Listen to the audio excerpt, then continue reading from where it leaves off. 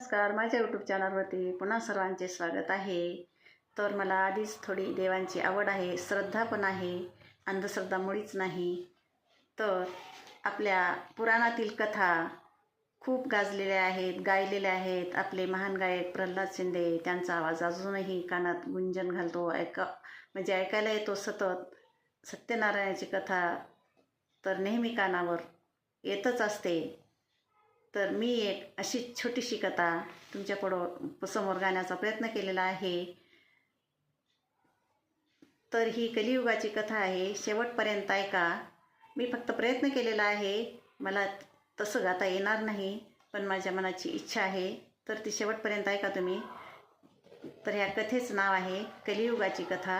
मी भक्तिविजय कथासारचा पहिला अध्याय वाचला आणि त्याच्यावरून ही मला कथा लिहावीशी वाटली आणि मी लिहिले, तर ते तुमच्यासमोर सादर करत आहे. तर ऐका. जेव्हा अवतार श्रीकृष्णाचा संपला, सुरुवात झाली मग कलियुगाला. सर्वत्र प्रभाव कलीचा दिसू लागला, जो तो मन मानी वागू लागला. कोणी विचारे ना कोणाला, तिथून सुरुवात झाली कलियुगाला. असे करता करता काळ लोटला, परधर्मीयांनी हल्ला केला. राज्य जिंकून कारभार सुरू केला, हिंदू धर्मावर अनाचार सुरू झाला. जबर कर बसवून धरले वेटीला, तिथून सुरुवात झाली कलियुगाला. काय करावे कळेना लोकांना, असा मोठा विचित्र प्रसंग उभारला. वेड लागले सर्व जनतेला, वडीलधारे बोलती सर्वाला. विसरले तुम्ही देवा धर्माला, तिथून सुरुवात झाली कलियुगाला. हे सर्व कळले भगवान विष्णू देवाला, भक्ता बरोबर विचार त्यांनी केला. सर्व भक्त बोलती हात जोडून देवाला, आम्ही काय करावे आज्ञा द्या आम्हाला. विष्णू भगवान सांगती सर्वाला, तुम्ही तयार व्हा पृथ्वीवर अवतार घेण्याला. तिथून सुरुवात झाली कलियुगाला. आम्ही आतापर्यंत 8 वेळा अवतार घेतला. संपवले होते सर्व दुष्टाला, रक्षिले होते साधू आणि संताला. बौद्ध रूप घेऊ कलियुगाला, उभे राहू चंद्रभागे तीराला. कटेवर हात विटेवरी उभा राहिला, सुरुवात झाली कलियुगाला.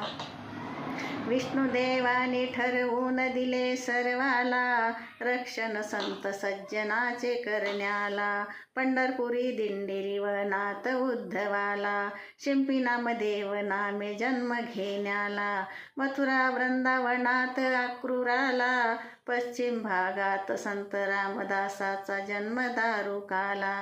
सुरुवात झाली कलियुगाला. पूर्वेकडे व्यासमुनीने जगन्नाथपुरीला, महात्मे भक्तीचे समजाविण्याला. अजूनही झेंडा फडकतो विरुद्ध दिशेला, हस्तिनापुरी जन्म वाल्मिकी ऋषीला. देवाची अद्भुत मार्गदर्शक चरित्र गाण्याला, लोकांच्या भाषेत रामायण सांगण्याला. सुरुवात झाली कलियुगाला. शुकाने संत कबीराचा जन्म घेतला, रामनामाचा महिमा वाढवण्याला. शंकराने जन्म घेतला जुनागडला, आई बाबा नव्हते तयाला. भावजाई टाकून बोलली नरशीला, त्यांनी वनात जाऊन तप केला. नरसी मेहता नामे थोर भक्त झाला, सुरुवात झाली कलियुगाला.